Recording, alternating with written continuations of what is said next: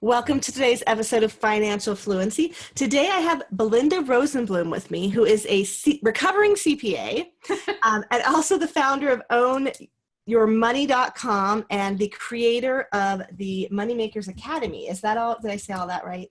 That was awesome. Thank you. Okay, great. Okay, I was looking at notes real quick just to make sure I had it right. But a really exciting thing about Belinda is that we've actually met in person, and I can't say that about very many people who've come on the show. In April, we were both in San Diego at the 90-Day Gear, and it was so nice to connect with you. I was really excited to be able to do this episode with you now. Thank you so much. It's so interesting. We're such online entrepreneurs in so many ways that when you actually get to meet, you're like, hey, you're a real person, and you're so friendly, and I know this is going to work out. And you have legs. I do. Yeah, on here, it looks like we're all, just from the chest up, sort of. Yeah. And I have to say, I loved your card that you gave me. You gave me a card that was a $1 million bill, right? I do. I got it right here. Yeah. These are my business cards. Woohoo! Yeah. So yeah, I'm a big fan. A little branding on the back, but it's all good. Yeah. And another reason I was excited to have you on is that you are a CPA. You have been a CPA, though you are actively CPAing these days, but you have that background and that knowledge. And that's something that often when I talk to people about money, there comes a point where we have to be like, okay, and now you have to talk to a CPA because you have to make sure you're abiding by all of the laws and taxes and everything. So I think that's fantastic that you have that background. Thank you. It's interesting. So my CPA-ness is a little bit more on the corporate side. So before I started my own business 10 years ago, I actually did corporate accounting and finance for almost 15 years. And to the extent where I was a corporate controller of a division that we took from 190 million to over $400 million. So it's more on the corporate side, but what I have learned is that the foundation of the practical skills helps me because now I can combine that with the mindset and with the emotional side that I've since learned. Some self-taught and then some just a ton of personal development work, reading, workshops, mentors, all that good stuff. Mm-hmm. Yeah, so they come together. It's like two sides of the same coin. You can't have one without the other in my world. Mm-hmm. Well, I think a lot of people would like to grow their businesses to the $1 million+ stage. But what's it like working with much smaller people after having done that sort of larger corporate scale? Well, it was kind of a transition right in the very beginning. But what I found when I was in that old job is that it was fun. So we made X-ray screening machines for baggage handling, and I started just after 9/11. So that was part of the reason for doubling the business, right? And it was really interesting and fun, and I felt like I was saving the world, literally. Like, we're putting these machines in, we're working with Japan and Israel and all these like big airports to get them all done. And then when all of that died down and we did our work, we got the machines everywhere they needed to get to, then all of a sudden it was, okay, put your head down and just close the books. And within a few months, I got to the point where I felt like I was checking my personality at the door. Like it was so painful to go into the office every day. And I would be so bored with what I was doing without the interestingness of the problem solving and the liaisoning with other departments and like the human side of what I was doing. So I took a nice package and I left in 2006. And then I had a year and a half of Eat, Pray, Love, where I traveled to, I know a lot of people don't know this about me, but I traveled to India for a month and I backpacked and I volunteered in Costa Rica and just like took a step back from what I was doing to explore who I wanted to be and who was I outside of that environment. And so I had a nice year and a half of transition, I guess you could say, from going to the big corporate world to being able to be an entrepreneur. I can tell you though, maybe you found this too, that I completely underestimated what it was like to be an entrepreneur in terms of like not being in the big corporate, having to decide what you want to do every day, figuring out that like literally if I wanted to make money, I had to ask for it. That was like a whole new thing, right? You're in corporate and you get paid and the paycheck just keeps coming every 2 weeks. And then all of a sudden you're in your own job and you're like, wait a second, if I want to pay my rent, I better go ask somebody for a sale. And I think that we do make that connection, like we're good at what we do and we feel like we're just going to be able to make money because we're good at what we do. There's a whole different set of skill sets, particularly for the business owner around money that I've come to learn and then now get to teach. Right. So I focus on money, but then there's definitely, I'd say more than 60% of my clients end up being entrepreneurs. So there's also a real appreciation for the challenges that they have and then how we can teach them about money in a different way so that they can then really make more money in their businesses too. Mm-hmm. Well, I think for so many of us, we never learned sales. You know, those of us who had W-2 paychecks at some point, Mm-hmm. unless you were a salesperson, nobody taught you sales. No, like why would you need it? You know, like when I'm a controller, by the way, for any controllers who are out there, like never put that on a business card if you're dating. That's like the worst thing. I would hand it to a guy and be like, "You're a controller." I'd be like, okay, we're gonna get rid of that. So I'm a controller pretty soon. But it's like, you know, I knew how to do that job, right? I could close the books, I could do journal entries, I could do what I needed to do that particular job, but I didn't have to do sales. We had a whole different department for that. Mm-hmm. So I think a lot of times people know their skill, even for like the coaches, right? You may know how to coach, but it's a whole different skill to then take your coaching ability to actually have people pay you to coach, right? Mm-hmm. And that transcending takes a big deal. And I found that you're only as good at sales as your confidence in your own money and your ability to trust yourself with money. And so Mm-hmm. that's partly, it's been kind of an unintended consequence, I guess. Like, in really, when I started teaching people about money, particularly entrepreneurs, I didn't understand the relationship. Like, I wanted to teach them so that they could be the best mothers and daughters and wives and like be the best people that they could be when they weren't feeling the weight and the stress of money, right? That's kind of where I had started. Mm-hmm. And now that I work with so many entrepreneurs, what I really find is that not only are we doing that, because you can be a better wife when you're not nagging your partner about money, right? Or, you know what I mean? Like, when there's not such stress around it. So yes, that's accomplished. And the businesses and the success around people's businesses like exponentially increased once they felt like, yes, if I bring in $5,000 instead of $2,000, I trust myself to do good things with it.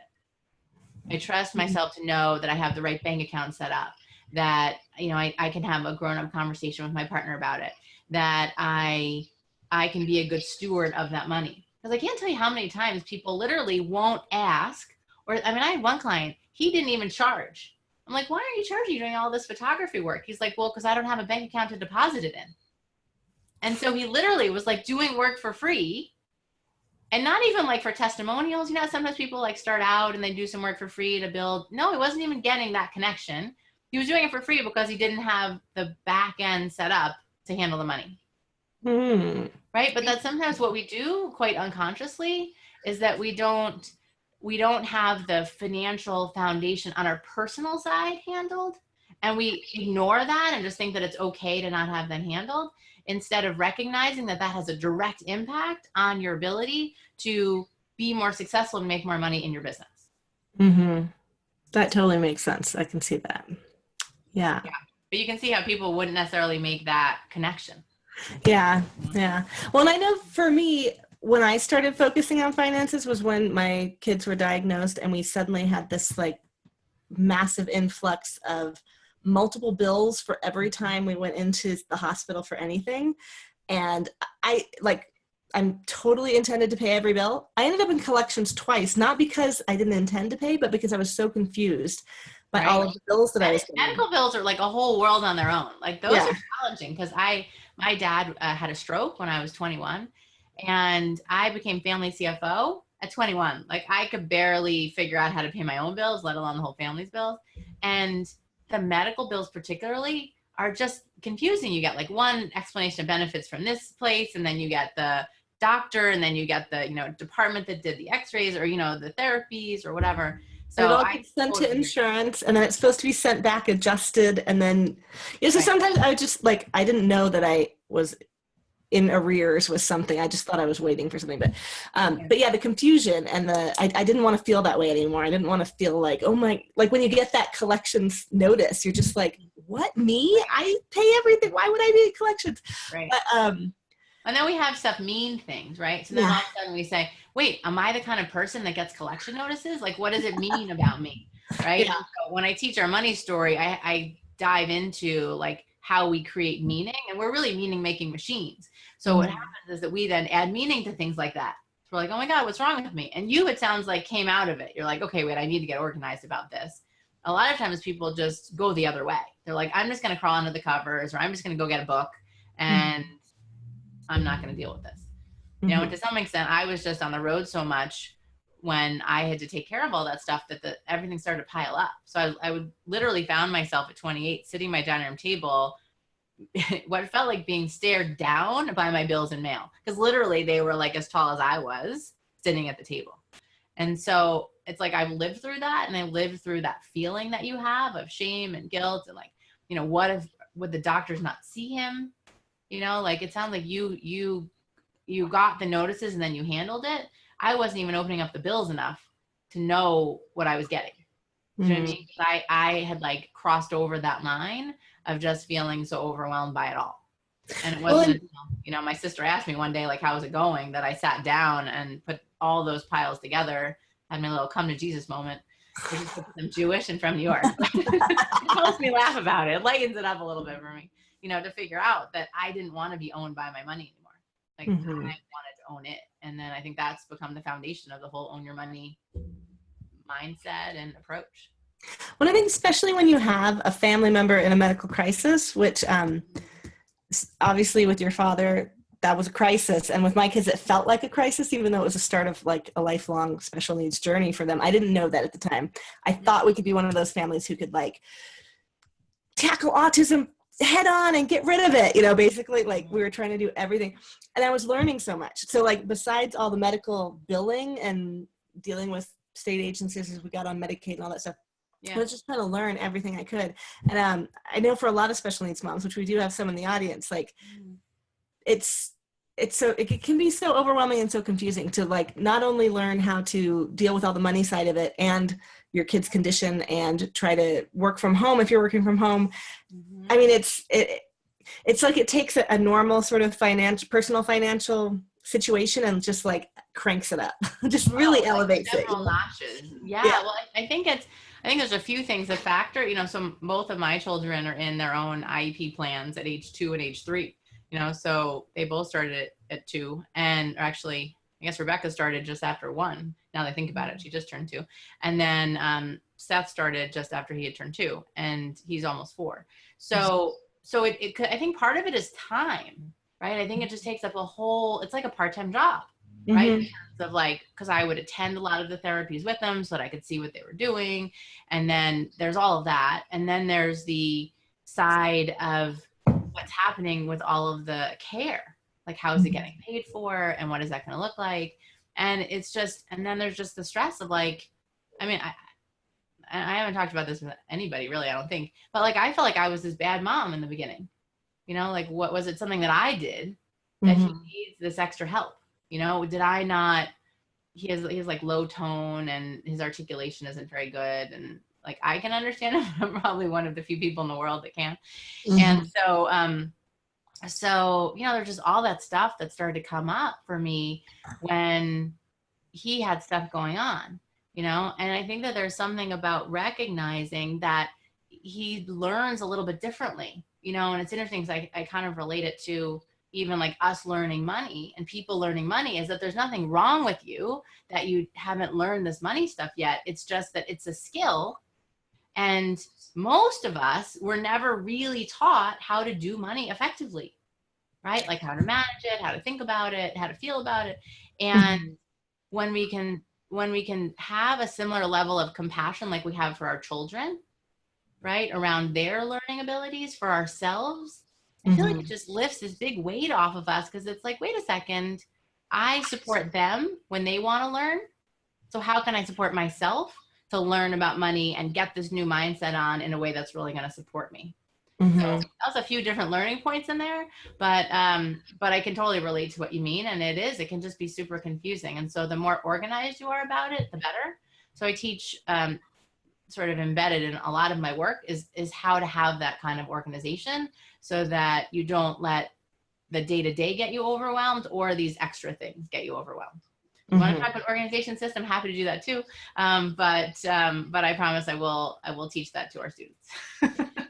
That sounds great. And I know that for myself, like this was 2010 was when my daughter was diagnosed. In 2011, we had 2 more diagnoses, one for my youngest, and then my oldest was diagnosed with rare white blood cell, something that was cloaked with autism. Yeah, so she's tube fed, and it has a lot of things going on too.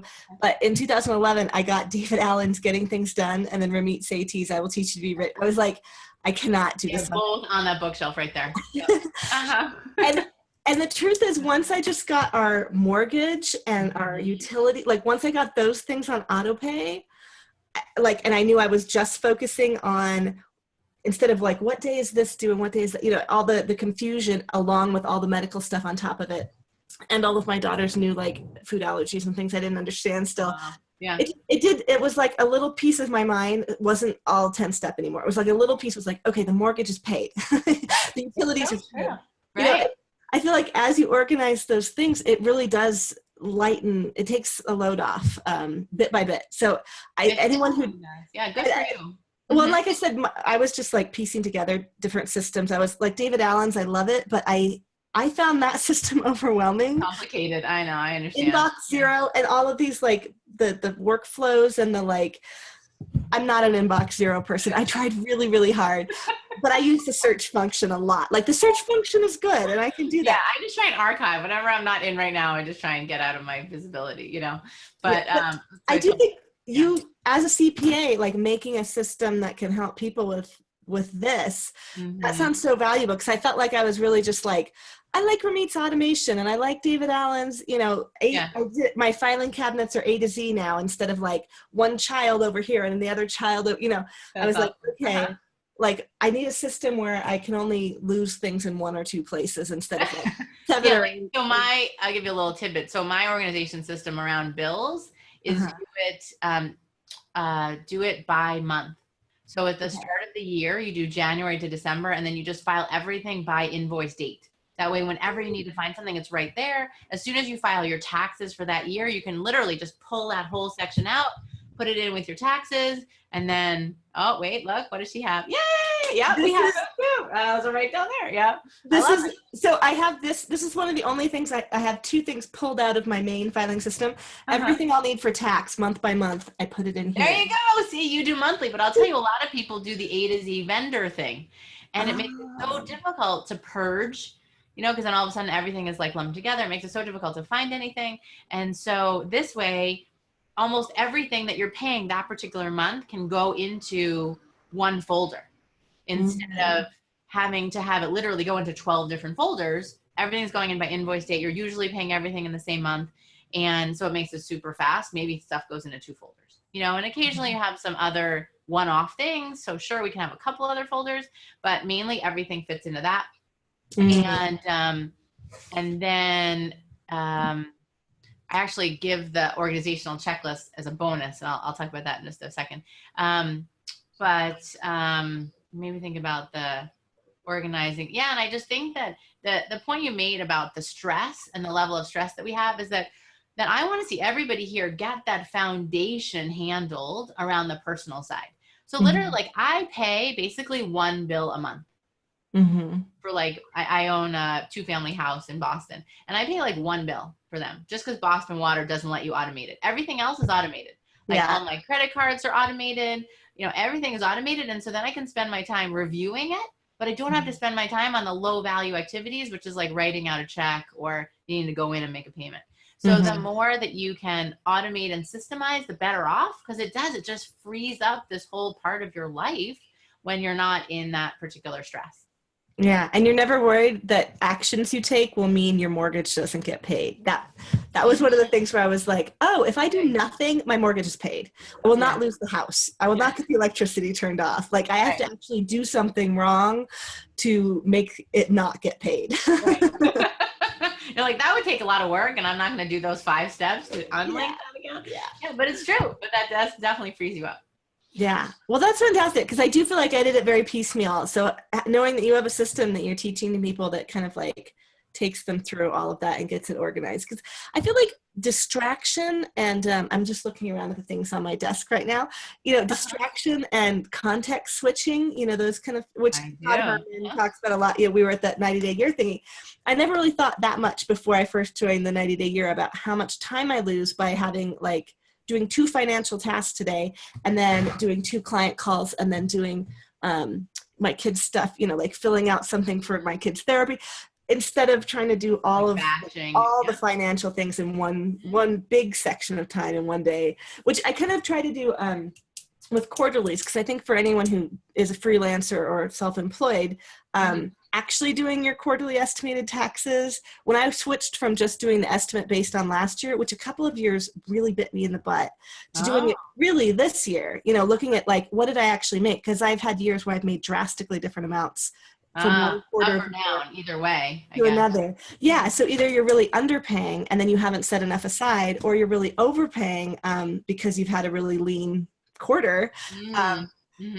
So, and the one that got me the most was that first year when I made enough that I ended up being penalized for not doing quarterly payments. That right. I was so angry. I mean, it wasn't a lot of money, I think $160, but when I went to my accountant and I was like, what is this penalty? Like, what am I being penalized for? And again, I have this meaning of like penalty. I've done something wrong. Right. I'm penalized, like the penal system or something. Yeah, that like overachiever, want to do the right thing. Like, I totally understand. Yeah.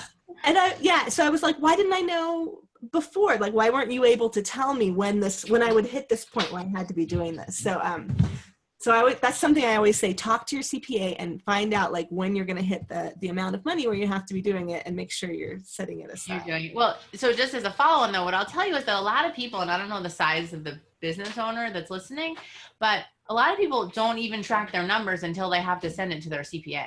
So I think part of the learning is really getting, how can you know your numbers on a monthly basis and then actually run your business based on those numbers.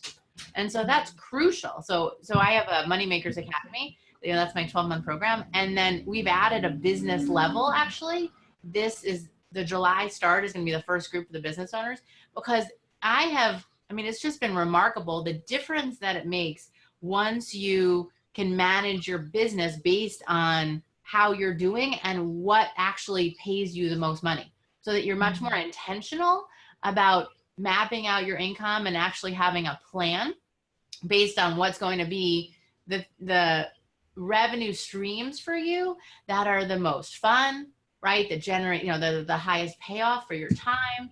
And that you're good at, right? So that they come easy to you. And I think that people don't ever think about, how do I synergize all of those things so that I'm not just working, but that I'm best leveraging my time and my resources. So I feel like it's crucial that you know your numbers and that you're grounded in what are my personal numbers and then what are my business numbers.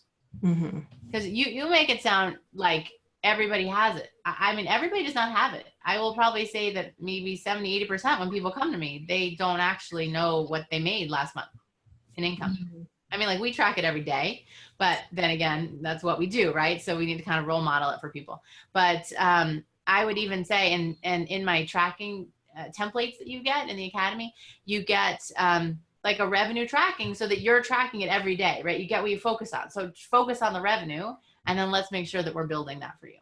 But a lot of times people are like, I don't know.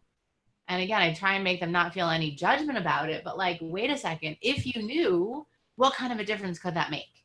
And it'll show you, wait a second, I'm only making $1,000. Well, no wonder I feel like I can't pay my bills, because that's not going to cover things, right? But I think a lot of times people want to just put their head in the sand and not, like, they have, and this happens personal and business, I'll say, that they think, oh, if I put my head in the sand, then somehow it will get better. It's like this myth that people believe. Well, the reality is it doesn't get better. It usually gets worse.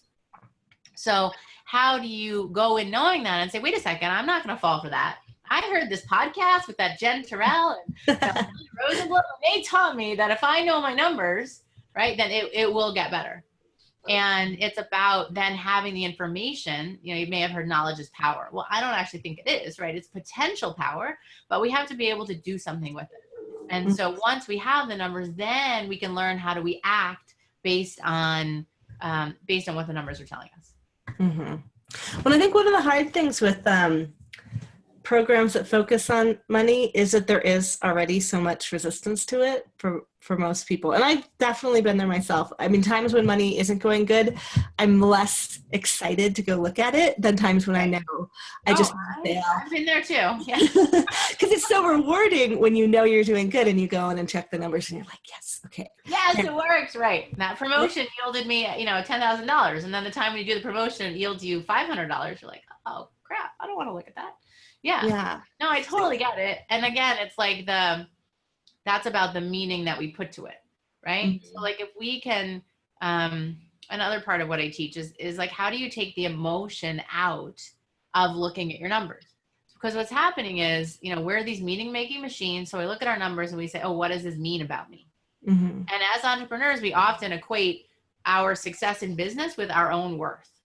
Mm-hmm. And so, and I know you're a fan of Amanda Steinberg's, and like the whole idea of like our own worthiness and like, how do we recognize that we can determine our own worth? I actually wrote a book called Self-Worth to Net Worth. Go figure. And really getting that it's our self-worth, it's us believing in ourselves and us having that strong inner foundation that then everything that happens, we can use to build our net worth. So like in that example I gave, right? You have the $10,000 promotion and you want to go look at your numbers. You have the $500 and you don't, right? After all this effort you put in, but you can look at the 500 and be like, okay, what has it taught me? Mm-hmm. After you grieve it a little bit probably. And then, you look at it and you're like, okay, so what can I do differently next time? Right? What do I do with all these people that are so interested and didn't buy this offer? Maybe because I was offering the wrong thing. I feel like all of us have been there. And so it's about understanding how quickly we can shift how we respond. Most times we just react. So when we can learn how to look at our numbers and take the emotion out of them, then we can actually consciously, intentionally respond in a way that's really grown up and actually supports the financial life that we want to be creating. Mm-hmm. I think that's a great message, but it is hard because, money is how our society assigns value to things, like a nice house. You can say like, oh, it's such a nice house. But if you say, oh, it's a really nice $500,000 house or $1 million house, it gives you a whole different picture than just saying like, oh, it's really pretty. And I think we do that. And I think one of the hard things is when you're starting out and you don't quite know which of the activities that you're doing results in the payments yet, when you haven't figured out like how to parse that out and you're still doing a lot of things. But my brain is going off in two directions right now because I really want to ask you a couple more questions. Okay, go for it. Whatever you want to do. I'm here for you. Okay, so one is looping back to your own personal story just for a second before we get back to what we were talking about, which is really amazing. But you said you did your Eat, Pray, Love year in 2006, 2007. Is that right? Yeah, exactly. I can't help noticing the timing of that being right before the financial crash here in the US. Oh my gosh, you're brilliant. Yes. So what happened next? That's what I want to know. Like, sure. Starting your business right in the midst of like the stock market tumble and the housing market tumble. And what was that like for you leaving corporate just in time to like run smack into that? Right. So again, this is the two sides of the same coin, right? Like you could either look at it and be like, oh, that must have been terrible. Or you could look at it like, oh, you were very well poised. So I can tell you when I started. You might have had to leave your company anyways if they had to like massively downsize. Probably. Yeah. So, but I left in 6, right? So it was a little bit earlier. Yeah. And then I traveled and then I decided in May of 2007 that I was going to start this business. Okay. And then it was just a few months later, I came up with the own your money phrase. I spent 3 months kind of in different workshops. I got certified as a coach, like just all different things to go and actually start helping people with their money, and talking with real people. And I decided to start the business even after I talked to several women about their struggles with money, because I actually almost took an advisor job, was really what I almost did in 2007. And I turned down 3 of advisor jobs. And each time I just had to say to myself, you know what? I don't want to be like the doctor that's prescribing the asset allocation for them. I wanted to be more of the nurse or like the financial therapist that could actually help them and nurse them back to a stronger relationship to money. And then also understand the tactical side of what they need to go and do, like the practical side of things. So turned down those jobs, started up this business, launched my first program in December of 2007. And I will tell you, amidst a lot of skepticism, And I had very big hopes for those who have started businesses, and like you have this idea that you're going to have your first workshop, you're going to have 150 people in it. I took all those training courses and that's what they said was possible. Well, I essentially went back every other week for the better part of 2.5 months. And I kept choosing smaller rooms in the venue that I had chosen in Boston for this big workshop, because I thought I have 150 people, then 100, then 60, then 40, then 20. So I ended up having 12 people in my first workshop. But those people then became the foundation for the whole next year of my group coaching and my private coaching work.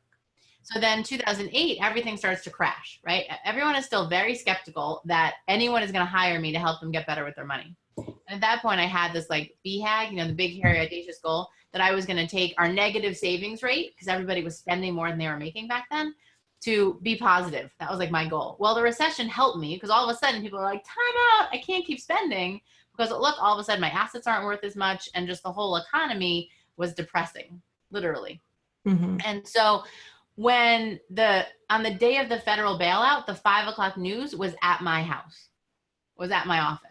Because all of a sudden people had all of this stress around money, and I was a specialist in how do you deal with all of that stress? How do you work through the overwhelm and the stress to get yourself into action? Mm-hmm. So there were not a lot of people, we're financial coaches now. There was nobody as a financial coach 10 years ago. So like the news didn't know who to talk to. Like advisors were freaking out. They couldn't take the time. They were all on the phone with their clients to be like, breathe, everything's going to be okay, and keeping their own fingers crossed, because they really weren't sure what was going to happen. And so I was very well poised when people were like, I should really pay attention to this. I was right there to help them. And so I did a lot for the first 5 years or so. I did a lot of public workshops every month, essentially. I would lead a public workshop, anywhere from 4 to 40 people would come. And then that's how I fueled my coaching business and my consulting business. And then in 2011, I said, okay, wait, time out. Now I've built this successful business for over $300,000, but I got married in 2011. And I said, I really wanted to have kids, and we were having some trouble. And I said, you know what? I feel like I'm a very intuitive person and quite a good manifester. But what was happening is I think I was so scared that if I got pregnant, what was going to happen with this business I had just worked so hard to build for the last 4 or 5 years. So I ended up basically scrapping the previous business, which was so one-to-one focused. I kept like maybe 20% of it and then replaced the other 80% with an online-based business. So in 2012, I launched 4 courses and my book. And so it was a very busy year. And then I was pregnant in December. Wow. Nice. Yeah. Nice getting it set up and ready for the baby. Yeah. And then, there was something much more peaceful about it, because I felt like, okay, I can do this. I can have the family, and I can be able to sell online courses and to have money coming in, even when I was out for 3 months for each child, and that just to give me the flexibility, not knowing how the pregnancy was even going to be, mm-hmm. and how I could set myself up for success to go and make that happen. Mm-hmm. So now I really look to help mothers to do that, and entrepreneurs to be able to have the family life that we really want. I think sometimes we try and like squeeze our family around our business. And so I look to have it be flipped the other way, so that I want to see you design your business in a way that will support you and your life and your family. I think that's really important too, because honestly, I feel like the corporate world was not built with us in mind. We weren't even involved when it, people were starting the Industrial Revolution and working in these big buildings, doing all this stuff. Women were not there. We were off to the side. And even though we've been allowed in, I don't feel like it's really embraced. I mean, especially for those of us, like I used more than all possible vacation and medical leave during my pregnancy, because I had such difficult pregnancies. Wow. And my daughter was not in a state to be handed over to childcare when she was 6 weeks old. Right. So while I guess this was before the Family Leave Act. I don't even know if I was protected for 6 weeks. You know what I mean? But like when we have such difficult births, and I think we forget in the Western world that like every time we give birth, we are risking our lives. Like women die every single day giving birth. It's a huge. We don't think about that undertaking. Yeah. Especially when you're thinking of squeezing it around your business, you forget that, like, you know what, this could make everything stop, and you may have to sit in the hospital on bed rest with an IV in your arm, which I did for months. Wow. And everything could change. And then depending on what's going on with your kids when they're born, you may not be able to just hop straight back into that career before. So Right. I think I kind of feel like this is our next wave of feminism and women having power, is us being able to work outside of that corporate structure and be able to make money. No matter what's going on with our family, we can still find ways, which before the internet was kind of impossible. We couldn't even do this conversation Right. we're having right now. So I Right. think it's pretty amazing. I mean, there are definite drawbacks to it. I read this article recently called, it was being angry about the rise of the mompreneur, because the whole thing was, when moms are forced out of corporate, they don't have retirement. You're not paying into social, you're not getting all of these promotion options and all the things that we're giving up. But at the same time, I can't help thinking, but we're also not just like sitting at home with no options at all. So, Right. yeah. Yeah. I mean, I feel like it's been incredible, and I love being able to help women to do that and do it in a way that can feel so empowering to them, that we've now given them their freedom. I just did another interview this morning, actually. And what did she say? She said that a lot of women become economic captives. Balda said, I think that because they end up staying in a relationship or in a job that they don't want, right? And so the more that we can bring our understanding and expertise to them, so that we can give them freedom to have the choices. Like, I love that I can go to gym class on Thursday mornings with my daughter. Like, that's amazing, or if I wanted to, I could pick up my son at school at 2:30. And I don't know how people do it. I guess they just pay more and they have to put them in daycare from 9 to 5 every day without any other options. But it's, I mean, right? When you have kids that are in special needs, they need to be in the school system because that's where the care is.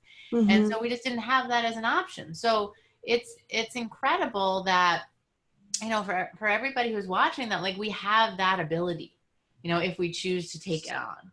And the more that you can even start to build in an extra stream of income, right? Or to create ways that you're working that aren't so time for dollars necessarily, or that you can start to see a more leveraged model coming down the pipeline, then it really helps to free you up time-wise as well, to be able to do the things that you want to do. And I think that that's in the workshop that's just launching actually this week, very exciting. It's called Shift Your Money Destiny. And so the history behind that is that I feel like people often feel very stuck in their circumstances. And so the freedom that I want to give them then is, wait a second, you can actually shift onto your true destiny, which is one where you are making the money that you want. You are able to save and take the travel and be the person that's not laden, and burdened with all of the stress that often comes with money. And so I really teach people how you can free yourself from this big money lie that I think we all believe, that we have a motivation problem. There's something wrong with us. Like, we feel broken when we're not good with money. And as if everyone else knows what they're doing. What I can tell you is that pretty much nobody else knows what they're doing, but everyone just keeps hiding it. People spend a lot of energy hiding what they don't know about money. And that it's not actually a motivation problem. It's actually a skills problem. Like, there's a gap between where we are and what we know now and where we want to be. And so in the workshop, I help you to figure out what that roadmap is and where you need to focus. And we even just started with the Money IQ quiz. So you can pinpoint what are those areas. And again, without judgment, it's just good information to show you where you need to be focusing. So, and I even set up a URL for you, Jen. I set up ownyourmoney.com/financial fluency for your people. So. Fantastic. That is great. So you guys should all go there. It's been fantastic to hear your background and your story and how you've made this work, because that is really inspiring. Especially taking the year off, changing everything around, right, with being poised as you were when the crash came. That's kind of an amazing story there too, because I feel like most of the people I have on had some big tumble during that time. And then also with your children and changing your business for your lifestyle. I think that's what probably everyone listening to this wants to be able to do. So I hope you guys will go to that URL. We'll put it in the show notes as well. It's ownyourmoney.com/financial fluency. And you can check out Belinda's stuff and get in on the workshop and everything. That sounds like it. I'm going to be there. I'm going to go watch it myself. I'm so excited. Leave a comment so I know you're there and I'll ping you back. I mean, it's like, how can you say today, you know what, like, I watched this video or listened to this podcast and I made a decision that what I have right now doesn't have to be my destiny. right? It doesn't have to be how it is, forever moving forward. Mm-hmm. And it takes some courage, I will say, like we spoke about earlier in terms of knowing your numbers and looking even when you don't want to look. Like sometimes it takes a little bit of courage to face whatever it is, but what I do is really at least look to lighten the shame, to pull off the shame of it, Mm-hmm. and the fear of it, and just say, let's just figure it out. I'll hold your hand. We'll figure it out together. We'll teach you what you need to learn. And the next lesson that's coming up is really juicy too. It's on rewriting your money story. And I think that a lot of times people don't realize that the real reason why they're under earning is because they're living out this old money story that they created when they were a young child. And literally, I last time I taught this publicly, as I use this for my clients, and that's how they've made or saved over $4 million using this particular system. And I remember teaching it in last time I opened up the academy, it was last year. And she said, you know what? I realized that I was told by my brother, your ideas are stupid. Okay. When she was younger. And then she's held on to that now, nearly 50 years later. Okay. And I said, okay, so let's just take a time out. Let's just look at what happened there. Like what you decided that he was right and your ideas were stupid. How old was he? And he was 7, she was 10. And I was like, so you get that for the last 45, 50 years, you've been living out a 7-year-old's like talking back. And she's like, oh my God, I have. And she's been projecting onto everybody else that her ideas are stupid. I'm like, is that true? Like, do you have any good ideas? She's like, of course I do. And I was like, well, then there we go. And it was like just how we can talk about what else those events mean to us. So I can't wait to help, your listeners, watchers, viewers, whatever you want to call them, to be able to realize what is the real reason that they're under earning, and how can they change that event to open up the floodgates of the money that they want to come into their business to then fuel everything else we just talked about for the last half an hour, to be able to live the life, be with your family, be the person that you want to be in your business and at home. Mm-hmm. So it all starts with shifting your money destiny. I'll see you there. Awesome. That sounds great. Thank you so much for joining us, Belinda. You're welcome. Thanks so much, Jen. You're doing amazing work in the world. Oh, thank you. And I'll see you on your workshop. Awesome. Sounds good. Bye. Bye, everybody.